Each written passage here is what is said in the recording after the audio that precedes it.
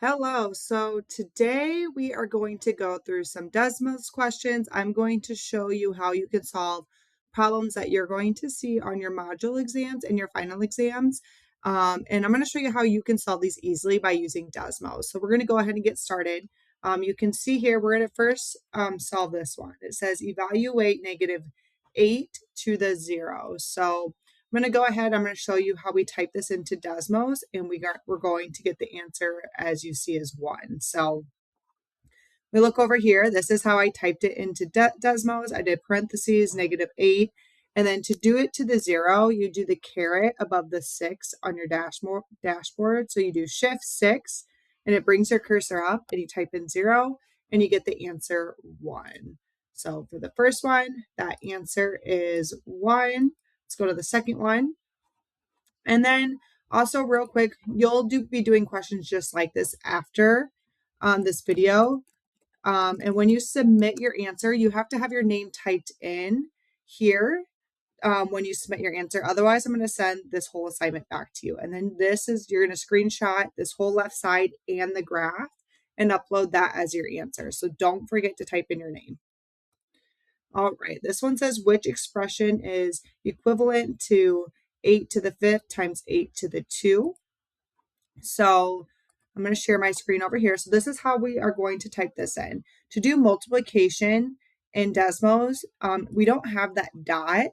Like here, we don't have this dot to do multiplication in Desmos. So in Desmos, you have to do parentheses. So we do 8 to the 5, parentheses 8 to the 2, and that means that we're multiplying it. And then what I did is I typed in each of the 4 possible answers. So you'll see that all of these possible answers, I also typed into Desmos.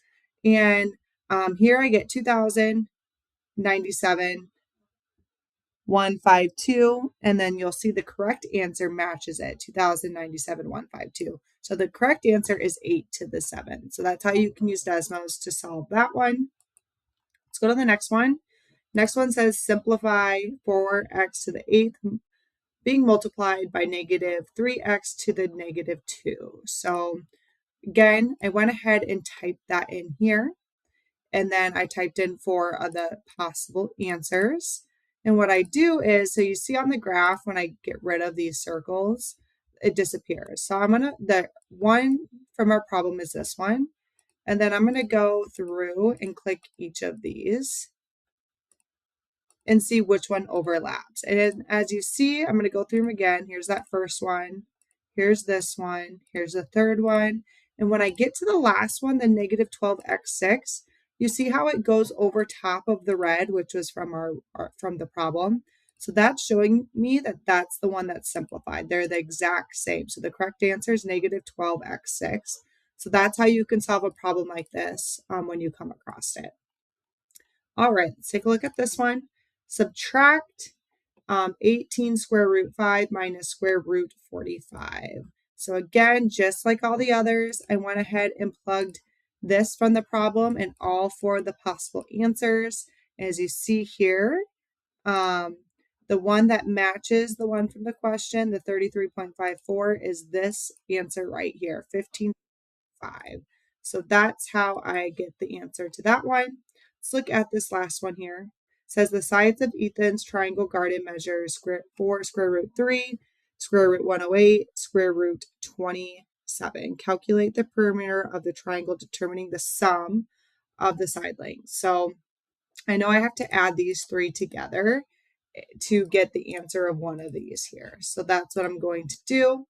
You see here, I did type that in. And to get the square root in Desmos, you're going to click this icon keyboard here, and it's right here. So that's how you get that. And then I typed in each of the 4 possible answers, and you see the one that's the same up here is the 13 square root 3. Whoops, I was sharing the wrong page. So sorry, here's the Desmos page. You see 13 square root 3 is the same as this. And again, to get the square root, when you're typing this in, you go to the keyboard here at the bottom left and go to square root right here. If you have any questions, feel free to reach out. Again, you're going to do problems just like this where you have to type it in yourself. Don't forget to type in your name and take a screenshot of the graph and your work. If you have any questions, just email me. Have a good day.